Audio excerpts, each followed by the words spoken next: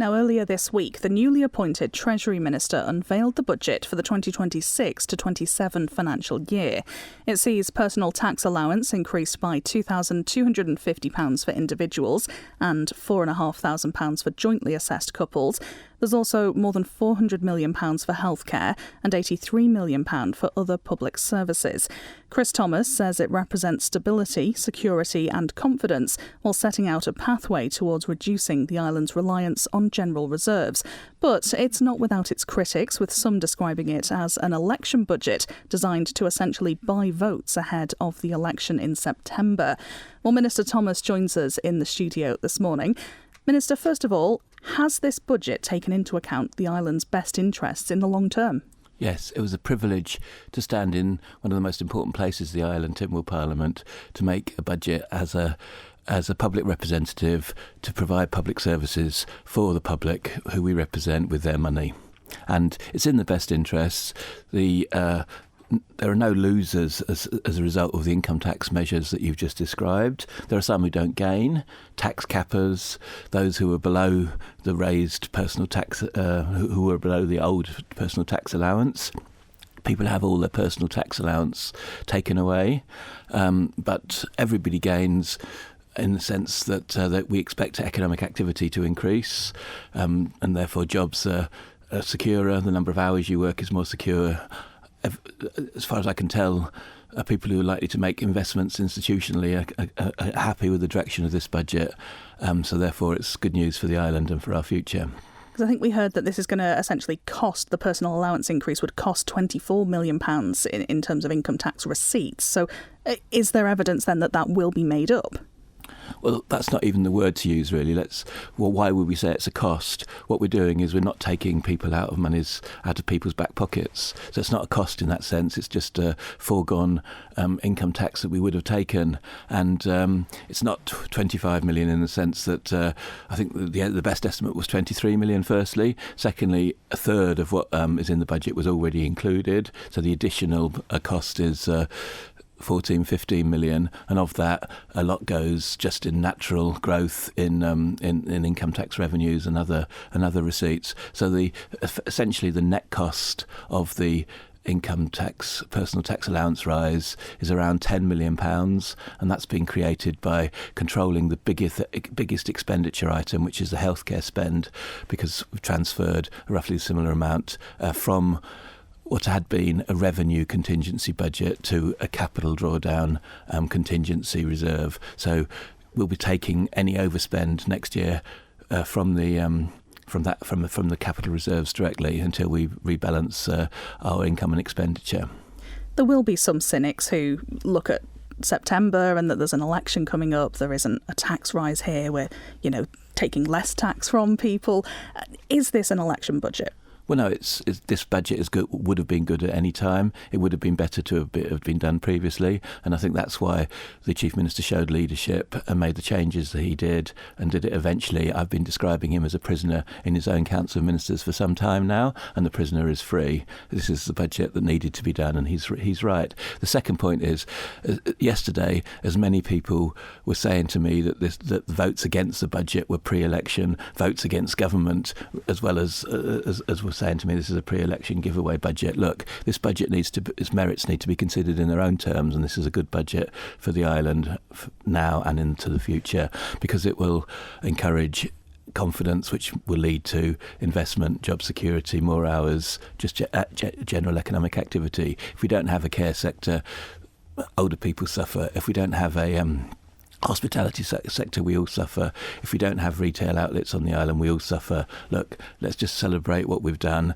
get some confidence back. The blue sky and the sunshine, we're out on budget day. We still know it's cold in the Isle of Man this year. We still know there are strong winds blowing, but at least we had some blue sky and sunshine, and we've got things to look forward to now. And please invest, and if only this budget had happened the previous year.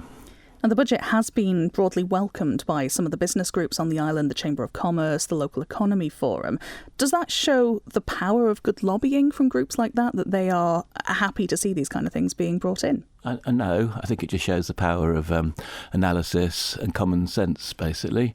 I wasn't lobbied particularly. I'm not that sort of politician. I've been asked to step down from roles because quietly in the background I work in all sorts of ways, coining phrases like a prisoner in his own council of ministers. Basically, this is the right thing to do. It's been done. Let's move on.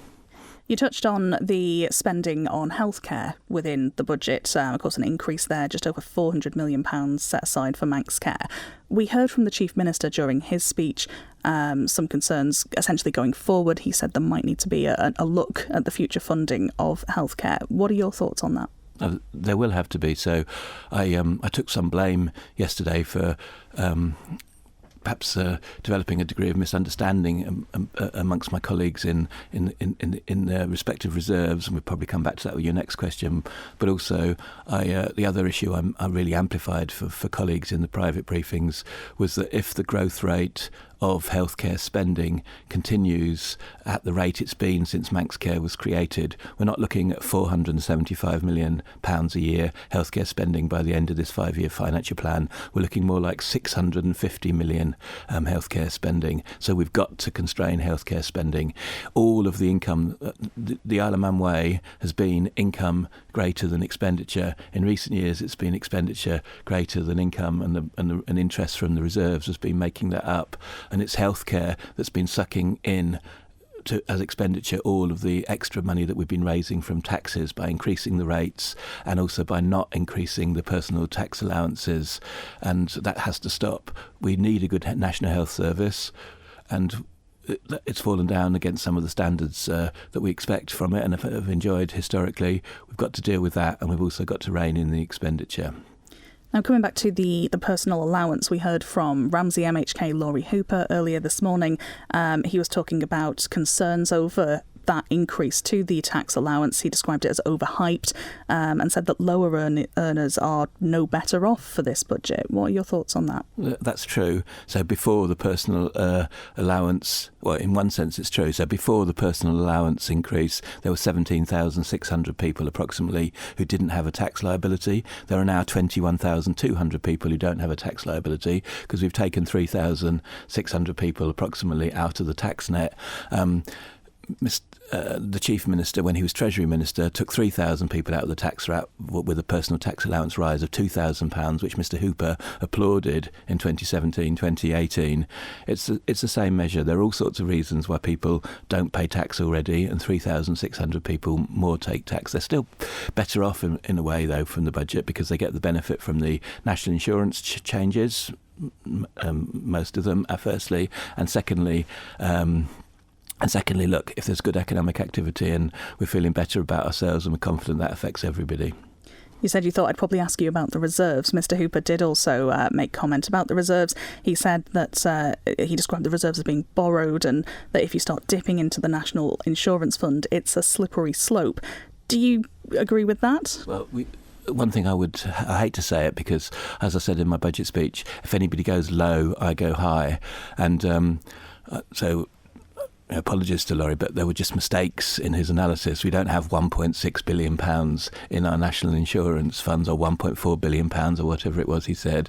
We actually, in the budget, we have, in the Pink Book, we have £1 billion, and we actually have nearly 200 million more than that at the moment because of the market effect. Treasury accounts for things in a prudent way, in a fiscally responsible way. So he just pretended there was a reserve fund and a national insurance fund. There are lots of other funds as well. There's cash reserves. There's money for the Manx currency. There's money set aside to repay bonds. So we've got 115 million or something in the bond reserve fund to pay to repay the Manx Utilities Authority bonds coming up in 2030-34. So his numbers around the reserves were just wrong, and the basic task I set myself when I first presented the budget to Tynwald members was to make them understand that you couldn't carry on drawing down reserves, and I obviously played that too well. The figure we used was without interest. And as Dr. Allinson properly explained, and look at the dignity of that man in the situation he's been in. He's been very dignified in his, very analytical in his response, voted for the budget,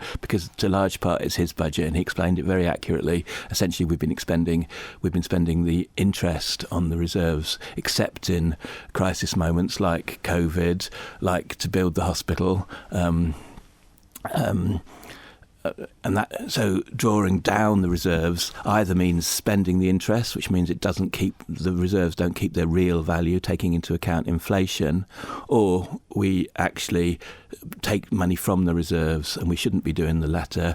And it's unfortunate that we're having to spend the reserves interest at the moment.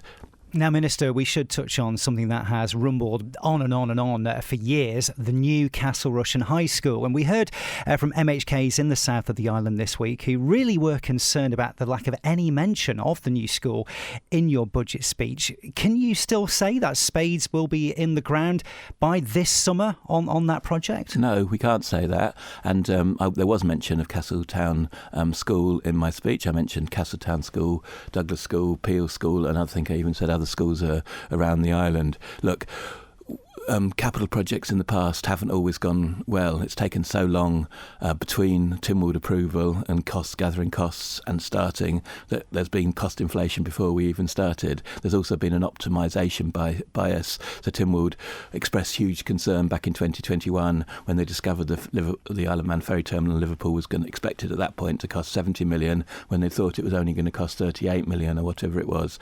You've got to do things right. Where the full credit to the current Education Minister. She's worked with Treasury and officers have worked together closely, and we're now in a situation where we've got a better understanding of the costs. The construction sector is also making representations to us. Amy and I just talked about lobbying about how we secured the costs, how we're managing the risks, the process that we're using. So we're making great progress.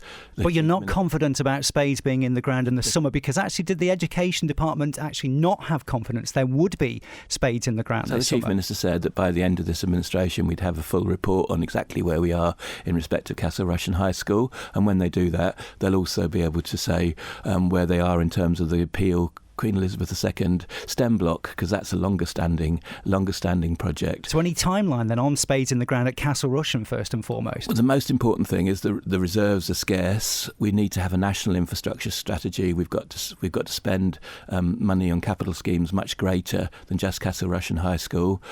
So therefore we've got £50 million a year for the next 5 years. So Castle Rushen High School not a priority? That could be enough for Castle Rushen High School. But is it a priority for your department? There are 30 projects. It's not about whether it's my department. My department just runs a properly designed process. But what I'm asking is the Castle Rushen High School, a new school, a priority still? It is. It's one of the 30 schemes in the Project Development Fund, three of which are in operation, 25 or so of which are in process of development, and Castle Rushen High School's top of that list. All right then. This has been a fairly uncontentious budget. If there had been controversial elements within it, according to yourself, because I think it had all been pretty much written by the time you took over as Treasury Minister, if there were controversial elements in there, being an election year, would you have taken those out? No, not in the 36 hours. That would have been irresponsible. So in the same way that we have a good investment management process to maximise the returns on our reserves, and in the same way that we have a good project development process to minimise the risks to our capital reserves, we also have a good budget process which will beginning pretty much soon and pretty much now for the next budget. Why would you interfere with a carefully argued, carefully analysed, carefully prepared budget framework if you've got 36 hours to turn it around before you take it to Treasury Board and Council of Ministers? Manx Radio Breakfast is available to listen again on demand. Simply visit manxradio.com. 8:27, good morning to you. 48 hours on from this year's budget being delivered. Treasury Minister Chris Thomas is with us in the studio.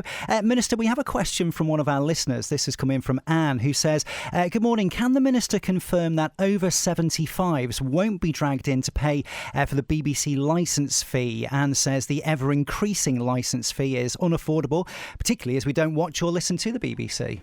Yes. Okay, so they're not going to get dragged back in. That's you can absolutely confirm. I'm not aware that. of any policy changes in terms of the over 75s BBC TV licences. All right, thank you for your clarity on that.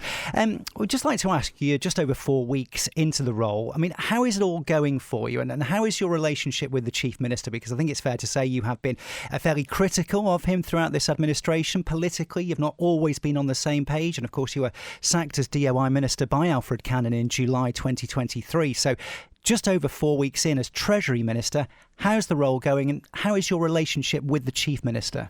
No, well, in fact, it depends how it's interpreted by the person involved or the media. But when you leave Mr. Cannon's council ministers, you always stand down, however it's ended. That's what the press release always says. But I've always had a good relationship with Mr. Cannon. I proposed him as Chief Minister in 2016. We've been going out for lunch, however bad and fraught the relationships seemed.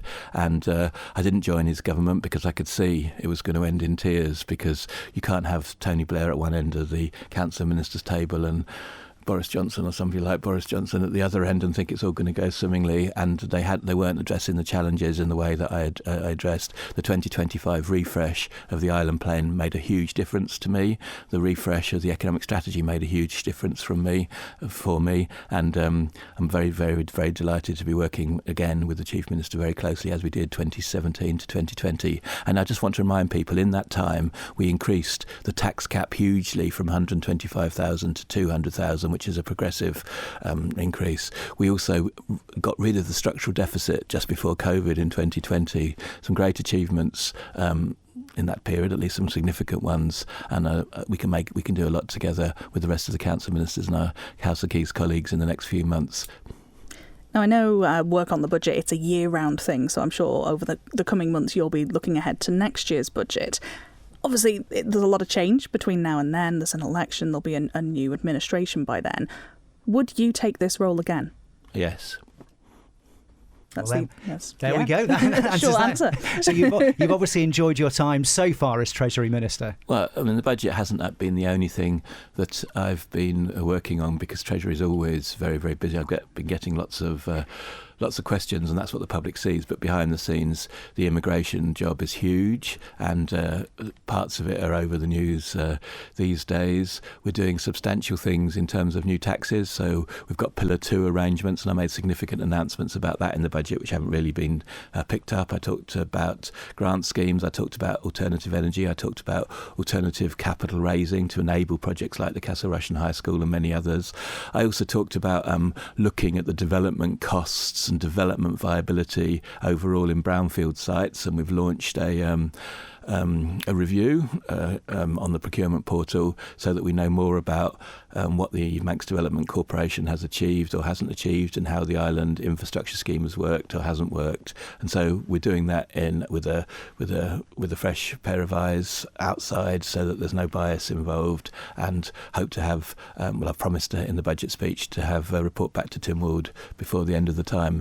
The national conversation continues on things like care homes, on social security, on national insurance more generally. There's so much to do. Well, Chris Thomas, Treasury Minister, we really appreciate your time this morning. Thank you very much for being with us. Thank you for making it to the end of the Manx Radio newscast. You are obviously someone with exquisite taste. May I politely suggest you might want to subscribe to this and a wide range of Manx Radio podcasts at your favourite podcast provider, so our best bits will magically appear on your smartphone. Thank you.